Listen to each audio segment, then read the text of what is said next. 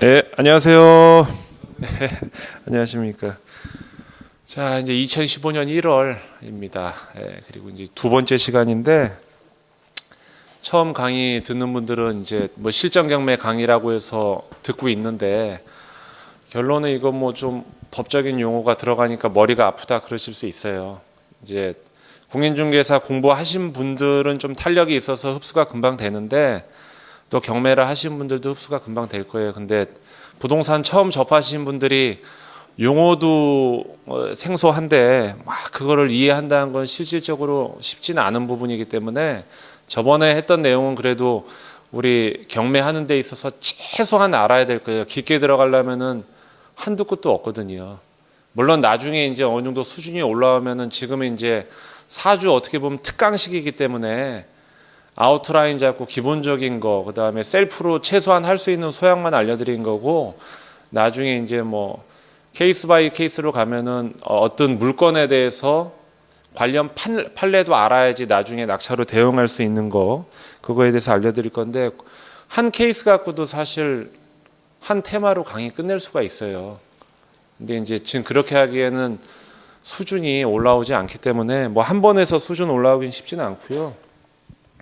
그래서 이제 아까 이제 쉬는 시간에 말씀드렸지만은 저번에 한 거는 리뷰를 가볍게 할 거고 이제 4주 동안 하는 거 중에 이제 2주니까 요번 주까지는 이론적인 거 기본적으로 잡아드리고 3, 4주 때도 물론 이론적인 걸 잡아드리는데 이 책에 나와 있는 사례를 이제 컴퓨터 스크린을 떠가지고 직접 사이트 들어가가지고 물건 찾는 법부터 그 다음에 이제 권리 분석 요번 주에 마무리 할 거거든요.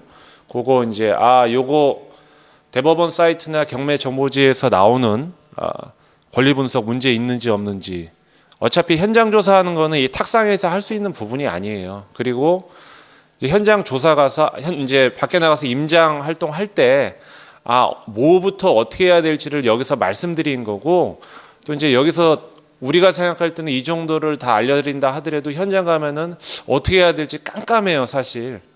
예. 그러니까 듣는 거는 참고적으로 하고 몸으로 부딪혀 보면서 저 강의 내용을 듣다 보면 이게 그 소리가 이 소리가 걸 나중에 몸으로 느껴야 되거든요. 여기서 백날 얘기해봐야. 그래서 4주 중에 2주는 이제 책 위주로 많이 나가고 물론 책에서도 이제 사례가 나가는데 3, 4주는 책에 있는 사례 그거를 인터넷 들어가서 직접 확인할 겁니다. 물건 찾는 법부터 그렇게 할 거고 일단은 저번 주에는 1교시 인트로가 제가 모니터한 결과 좀 길었어요. 그래서 저번 주에는 뭐를 했는지 간단하게 5분 정도 말씀드리겠습니다. 저번 주에 뭐 했죠? 보니까 이제 오프라인 강의 듣는 분들은 온라인을 리뷰하긴 쉽지는 않아요. 다 안다고 생각하는데 저도 제 거를 모니터를 하는데 알아도 한번 들으셔야 돼요. 그리고 제가 말을 저번 주 보니까 상당히 빨리 했는데 이번 주엔 더 빨리 할 거예요. 느리게 하면 이해를 빨리 하니까 다시 한번 할 수 있게. 자, 저번 주엔 뭘 했냐면은 제일 중요한 건 책 보실 필요는 없어요. 키포인트가 경매 절차를 이해하는 거였어요. 절차는 반드시 경매를 하시다 보면은 이해를 해야 되는 게 아니고 반드시 인지를 해야 돼요. 기본 중에 기본입니다. 권리 분석보다도 어떻게 보면은 절차법 중에서 최소한이기 때문에 일단 뭐 절차에 대해서 저번처럼 디테일하게 안 하고 살짝 들어가면 경매 절차 처음에 이제 경매 신청을 하잖아요. 경매 신청은 경매 신청권자가 할 겁니다. 개인 채권이 됐던 뭐 금융권에서 근저당을 자꾸 했던 개인도 뭐 근저당 잡아서 임의 경매할 수 있는데 어차피 이거는 뭐 경매죠. 똑같은 경매인데 빚을 못 갚아가지고 경매 신청을 해야 되는 상황이 되면은 근저당에 의해서 임의 경매를 신청하든지 아니면 이제 확정된 지급 명령이나 판결서에 의해서 강제 경매를 신청하든지 해서 최초의 경매 신청을 법원에다 하겠죠. 하게 되면 법원에서 무조건 진행을 하는 게 아니고 가부를 따지겠죠. 경매 개시 결정에 대해서 의의가 있는지 본인이 판단하기 전에 앞서서 당사자, 뭐 소유자라던가 채무자, 소유자이면서 채무자겠죠, 대부분. 그분들한테 의견을 물어보겠죠. 야, 요거 저기서 신청을 했는데 문제가 있는지 없는지. 문제가 없다 하면은 경매 결정 개시 이의 없이 결정을 하겠죠. 법원에서. 그리고 또 이 사람들에서 의견만 단순히 물어보는 게 아니고 뭐 무잉여라던가 경매 절차상 이거를 앞으로 끌고 갈 건지 안 갈 건지를 법원에서 판단해서 두 가지를 가지고 개시 결정을 합니다. 결정이 되면은 뭐 스탠바이가 됐으니까 경매 준비를 하겠죠. 경매 준비. 뭐 준비는 저번에 디테일하게 말씀드렸지만 이거는 법원에서 명령을 하죠. 소위 말하는 경매 관련된 그 담당된 경매 판사가 명령을 합니다. 명령을 합니다. 누구한테 하죠? 현장 조사 나가는 사람 집행관. 그 다음에 현장. 그 다음에 안에서 일하시는 분, 경매계. 뭐 경매계장도 있고 뭐 사법보좌관도 있겠죠. 경매계. 요거는 현장. 그 다음에 공부하고. 그 다음에 또 뭐 있죠?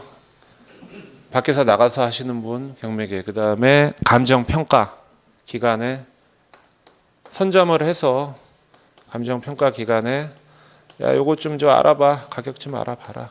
이렇게 해서 이제 경매 준비를 하죠. 경매 준비를 해서 이게 다 끝났다. 뭐 집행관이 하는 일은 저번에도 말씀드렸지만 가서 그냥 하는 게 아니고 이제 임차인이 있다면 현황 조사상 경매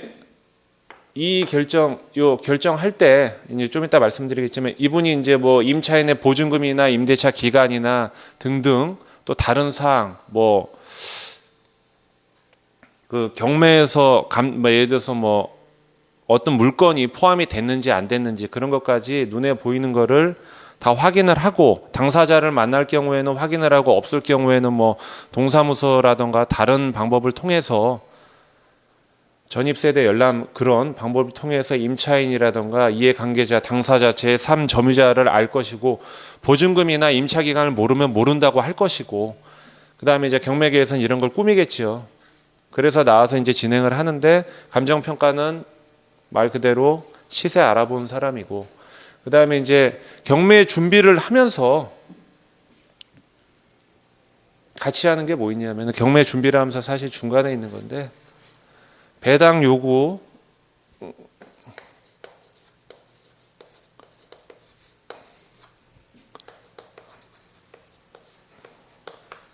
종기를 하겠죠. 배당 요구 종기일 내에 권리 신고를 해라. 권리 신고란 뭐냐? 돈 받을 사람 채권자 안에는 뭐 임차인도 있을 것이고 경매를 신청한 사람도 있을 것이고 또 제3 채권자도 있을 것이고 경매 신청이 아니더라도 돈 받을 사람과 임차인도 돈 받을 사람이 될 수 있겠죠. 보증금이나 임차 보증, 그러니까 월세 보증금이나 전세 보증금. 그런 분들한테 신고를 하라고 배당 종기일 내 시간을 정해주는데 요 사이에 기간을 줘서 신고를 하고 집행관이 이 신고된 내용과 상관없이 가서 또 하고요. 임차인 같은 경우 비교를 해서 일치 여부와 상관없이 공부를 만들겠죠. 매각 물권 명세서에 만들겠죠. 배당 요구 종기일 내에 권리 신고를 한 내역과 예를 들어서 임차인, 보통 임차인이죠. 예를 드는 게 아니고 그 다음에 현황 조사, 집행관이 현황 조사한 거 내용을 요건 이제 현황 조사서라고 하면 현황 조사라고 하죠. 집행관이라고 하는 게 아니고 기재를 합니다. 대부분 일치가 되지만 일치가 안 되는 경우도 있어요. 그러면은 권리신고 같은 경우를 돈 받을 사람 손들어서 권리신고 법정에다 경매법정에다 신고했는데 안 하는 경우는 없는데 안 하는 경우도 있어요. 뭐 가장 임차인도 있고 여러 가지 사유가 있는데 이거는 여기서 지금 말씀드릴 사항은 아니고 다음에 케이스를 보면서 가장 임차인에 대한 여부가 있는 상황에 대해서 있을 때 권리 신고 안 한 사람이 무조건 가장 임차인이라고 할 수 없지만 통상적인 사람이 돈 받으라고 법원에서 송달을 했을 경우에 안 하진 않겠죠. 추정을 할 수 있는 건데 집행관은 현장 조사 나가서 할 것이고 이게 대부분 일치합니다. 이런 것도 늘 것이고 감정평가 기관에서 시세 시세 보면은 표준지 공시지가로 하는 경우도 있겠죠. 토지 같은 경우는 거래가 별로 없으니까 표준지 공시지가로 딱 정해놓는 게 아니고 거기서 이제 대략적인 데이터를 가지고 그거보다는 좀 높게 잡겠죠. 때론 낮게 잡는 경우도 있지만 시세 이런 거 하고 기타 이제 예를 들어서 매각물건 명세서라고 하면은 권리신고 현황조사 시세는 감정평가에 따로 이렇게 첨부가 되어 있지만은 기타 인수된 사항 보면은 매각으로 인해서 인수되지 않는 사항 좀 이따 말씀드리겠지만 비고 등등을 매각물건 명세서를 이렇게 이게 가장 중요하고요. 매각물건 명세서가 최선 순위 설정 일자도 다 말씀드려요. 그러니까 말소 기준 권리까지 다 여기다 공시를 하기 때문에 사실 이 현황 조사, 그 다음에 전입세대 열람 등등을 집대성해 놓은 거니까 요 한 장이 상당히 중요하죠. 나중에 이제 여기에 매각물건 명세서 이에 다른 변수가 생기면은 다 그런 건 아니지만은 매각 불허가 사유로서 매각 허가 결정 기간에 낙찰 받은 사람도 의의를 걸 수 있는 중요한 자료가 되는 거기 때문에 그렇게 되고요. 이제 매각물건 명세서나 여기서 이거 이에 법원에서 공시한 공적 자료 말고 개인적으로 이제 낙찰을 받기 전에 해야 될 것이 뭐가 있나요? 딱 보면 당연히 이 공부상 권리 분석이 다 됐으면 현장 조사를 하겠죠. 소위 말하는 임장 활동을 해야 되는데 임장 활동을 할 때는 왼쪽에 있는 서류는 당연히 봐야 되고 두 번째로 해야 될 게 저번에 말씀드린 대로 여기서 돼 있는 게 정확한 거 가부를 따지기 전에 등기부등본을 권리신고는 매물서에서 최선순위 설정일자만 알려주는 거지 권리 분석을 해주는 게 아니니까 경매 정보지를 배제하고 말씀드릴 때 등기부를 확인해서 권리관계를 확실하게 인지를 해야 되죠. 이게 권리 분석이 될 것이고 그 다음에 세 번째로 해야 될 게 이제 물건상, 부동산상, 예를 들어서 부동산으로 따지면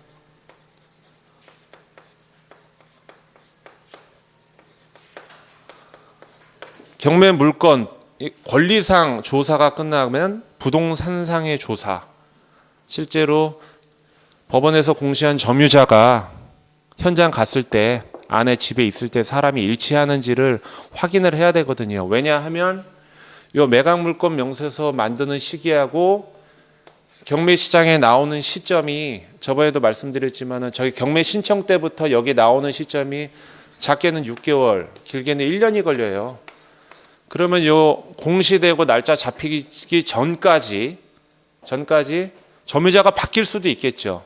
예를 들어서 아파트 같은 경우는 쉽지는 않은데 다가구 주택 같은 경우는 28개 호가 있는데 27개 호에서 그 사이에 경매가 당하든 안 당하든 열이 받든 안 받든 나가는 사람이 있을 수도 있고 주인 그 의지와 상관없이 무단으로 전대차를 놓을 수도 있고 그런 부분까지 확인을 해야 되고요.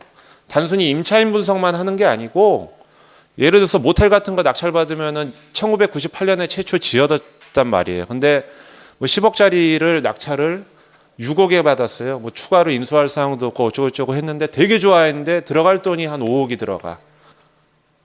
건축 연도가 너무 오래됐기 때문에 옥상에 크랙에 가가지고 맨 위에서부터 이제 옥상 같은 경우도 이제 5년에서 10년에 한 번씩 방수를 해야 되잖아요. 어떤 방식으로 방수를 하냐에 따라 틀리지만 금이 가서 옥상에서부터 물이 새가지고 계속 떨어지는지 외벽이 호벽인지 아니면 양벽인지에 따라서 크랙에 가 있는지 그 다음에 이제 옛날 같은 모텔에는 옥상에 물탱크로 됐는데 물탱크가 제대로 작동을 하는지 등등에 들어가는 제반 비용을 여기서 반드시 따져야 돼요. 단순히 임차인만 따지는 게 아니고. 그러고 나서 이제 시세는 감정평가 기간에서 보통 시점이 한 6개월 전인데 그 시세와 지금 시세와 일치하는지는 우리는 돈이 문제니까 시세를 따져야겠죠. 그래서 권리 분석상 인수할 금액이 뭐 예를 들어서 뭐 보증금 같은 경우가 선순위 임차인이 있어서 1억 정도를 인수해야 된다. 1억. 갔는데 부동산상에 예를 들어서 모텔이다. 모텔인데 뭐 리모델링 할 비용이 최소 2억 들어간다. 그리고 시세를 봤는데 저거보다 오히려 지금 뭐 한 5천이 더 떴다. 그럼 뭐 한 2억 5천 되잖아요. 그럼 낙찰 예상가 대비해서 이런 거를 다 생각을 하고 또 명도를 할 때는 뭐 이사비를 주게 되면 이사비까지도 사이드로 알파 플러스 생각을 해서 낙찰가 산정을 하는 거예요. 결론은 이 짓을 왜 하는 것이냐. 매각 기일이 잡히잖아요. 매각 기일. 소위 말하는 입찰일이죠. 내가 얼마 입찰가를 쓸 건지 그거 산정을 하기 위해서 저 짓을 하는 거죠. 저 앞에 경매 준비한 것까지는 알 필요 없지만 서류를 보고 권리 분석하고 임장활동하고 시세하고 부동산상에 조사를 하고 얼마 들어갈지를 요 날을 위해서 하는 거 아닙니까? 이 날을 위해서. 그래서 사실은 이 입찰일이 잡히기 전에 그 전날 대략이 아니고 픽스가 딱 돼야 돼요.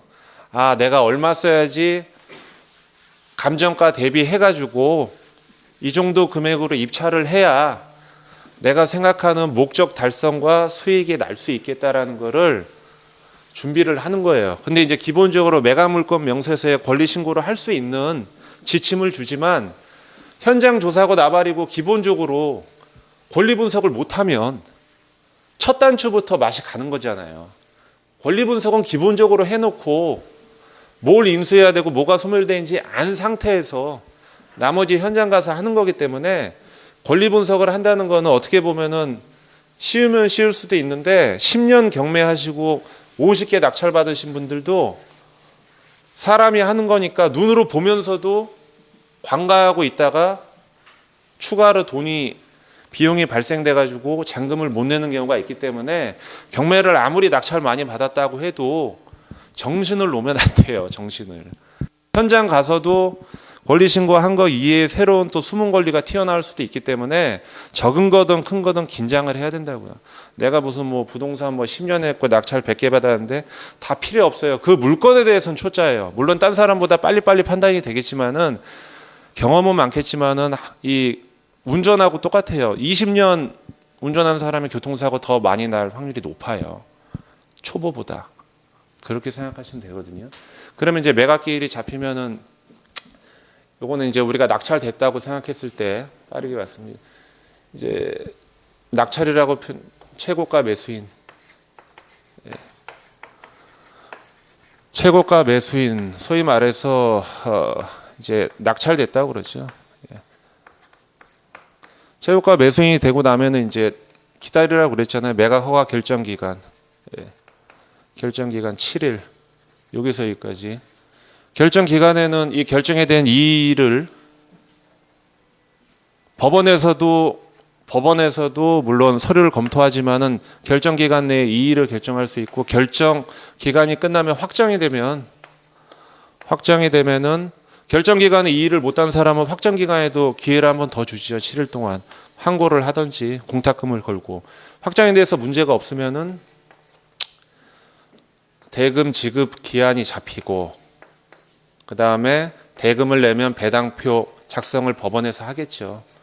배당표 작성하기 전에 채권계산서 한 번 더 내라고 그러죠.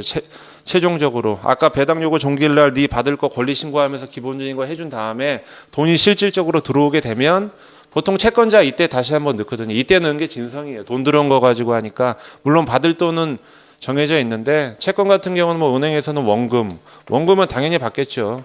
그다음에 이자, 그다음에 기타 부대 비용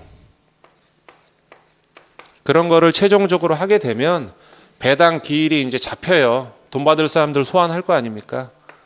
배당 기일 잡히기 전에 3일 전에 해당 법정에 가면은 배당표가 미리 3일 전에 나와 있고요. 배당 기일 날도 배당 기일 배당 판사 오기 전에 그 법대가 예를 들어서 여기 있다. 판사가 앉아있는 법대에 있으면 앞에 책상에 딱 준비돼 있어요. 이날 3일 전에 법원에 못 간 사람도 미리 전에 요거 보고 배당 기일날 이제 의의가 있으면 당일날 의의 있으면 구두로 의의가 있다고 얘기하기 위해서 미리 고지를 해줘요. 그렇게 한 다음에 이제 뭐 배당이 있는 사건은 여기서 정지가 되고 배당금이 지급이 안 되고 문제 없다. 그러면 그날 뭐 지급되겠죠. 예. 지급 통지서 가지고 돈 받을 사람들 그 밑에 가면은 공탁계 있거든요. 거기 가서 해가지고 바로 은행에서 돈 빼서 끝나는 겁니다. 그러면 이제 절차가 끝나면은 이 모든 과정의 절차가 끝나면 보존기에 넣겠죠. 등기부 등본도 이제 폐쇄 등기부 옛날 등기라고 해서 버리지는 않잖아요. 보관소에 폐쇄 등기부 정리를 하듯이 보관 기간은 모르겠어요. 5년인지 10년인지 모르겠는데 보존기에 일단 송부가 됩니다. 근데 이제 경매 사건이 많고 한 사건에 보통 보면은 적은 게 A4 사이즈로 한 요 정도 돼요. 진짜 부피가. 공당 같은 경우나 그러면 이 정도는 좀 오버하고 이 정도 돼요. 네. 근데 경매 사건은 맨날 발생이 되고 진행이 되고 끝나는데 예를 들어서 이 정도 사이즈의 A4 용지를 계속 쌓아두지는 않을 거예요. 제가 알기로는 5년으로 알고 있는데 그것까지는 우리가 알 필요가 없고 보존계에도 있기 때문에 경매 사건이 끝나고 나서 나중에 돈 받을 거, 경매에 대한 의의가 있는 거, 배당 종결이 되면 끝나지만 서류 열람은 또 할 수 있습니다. 이해관계자는. 그렇게 해가지고 되는 건데 저번보다는 디테일하게 말씀 안 드렸지만은 좀 빨리 말씀드리는 게 한 번 듣는 것보다는 좀 나을 거예요. 그리고 우리가 경매 준비 과정은 알 필요 없다고 생각해도 항상 입찰자라고 생각하지 마시고 이제 경매 신청권자라고도 생각을 할 수 있기 때문에 앞부분도 이제 하시다 보면은 이해가 되실 거고 낙찰받고 나서 하는 이런 절차는 어차피 내가 당사자 같은 경우는 법원에서 계속 통지를 해주기 때문에 우편으로 받을 때까지 기다릴 수 없잖아요. 예, 그거 사항을 절차에서 알려드린 겁니다. 저번에 그렇게 했었고 저번에 뭐 했냐, 뭐 경매 장점 단점, 그건 책에 있으니까 보시면 되고 절차했고, 그 다음에 이제 저번에 권리 분석했어요. 권리 분석. 저번에 뭐 숙제도 내드렸는데 일단 1교시에는 권리 분석 리뷰를 하고 2교시에는 이 문제가 있습니다. 뒤에 문제 한 번씩 풀어보고 3교시 때는 관련 그 예제, 실제 사례 책에 나와 있는 거 그렇게 할 겁니다. 이제 권리 분석도 깊게 들어가면 또 심오한데 일단 우리가 기본적으로 할 수 있는 거 일단 경매 물건을 보면 권리 분석을 떠나서 결론만 말씀드리면 낙찰받고 인수할 수 있는 게 있는지 없는지 돈이죠, 돈. 그러니까 선순위라는 건 말소 기준 권리, 최선순위 소멸 기준 권리 위에 그러니까 임차인이 있으면은 기관과 돈을 인수할 건지 그러니까 내가 낙찰받고 다 털어내는데 못 털어내는 거, 그것만 잡는 거예요. 근데 그건 뭐 예를 들어서 뭐 공장이 됐던, 공장은 기계, 기구 그걸 떠나서 공장이 됐던 주택이 됐던 간에 안에 들어가 있는 사람이 문제잖아요. 그러면은 이 사람이 이제 내가 낙찰받고 잔금 내고 난 후에 거기에 거기서 계속 살고 점유하면서 살 수 있는 권한이 있는지 없는지가 중요하잖아요. 권한이 없는 사람이 거기 앉아 있으면은 불법 점유 아닙니까? 어떻게 보면. 그럼 법원에다 신청을 해가지고 얘 나갈 수 있게 도와주세요 하는 경우 통상적으로. 그 다음에 또 하나는 당사자가 직접 만나서 협의해서 뭐 소정에 뭐 금액이 뭐 돈이 왔다 갔다 하는 경우가 있는데 중요한 거는 낙찰받고 당연히 있지 않아야 될 사람이 있으면은 어차피 나갈 사람이기 때문에 말 안 들면 법원의 힘을 빌려서 하지만 이거는 법적으로 내가 무조건 인수해야 된다는 사람이 점유하고 있으면 당연히 있는 권한이 있는 거잖아요. 그래서 권리분석은 별게 아니고 낙찰받고 이거 인수해야 되나 말아야 되나 그것만 찾는 거예요. 임차인이 있으면 보증금이 얼마 살아있고 내가 낙찰받으면 보증금 얼마 내줘야 되는지 당연한 거 아닙니까? 돈에 관련된 건데. 권리분석은 그렇게만 결론 내리시면 돼요.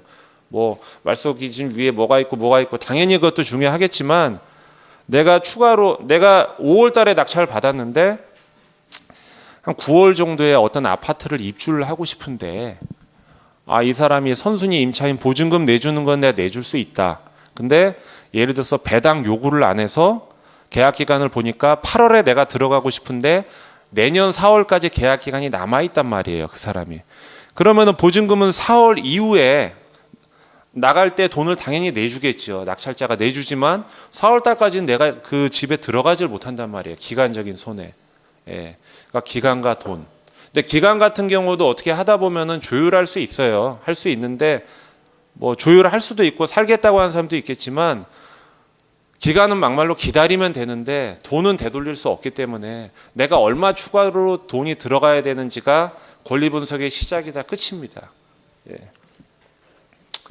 그러면은 뭐 저번에 한 걸 간단히 말씀드리고 한 번 더 엎어가지고 업그레이드 시켜드릴 거예요. 권리 분석은 세 가지가 있습니다.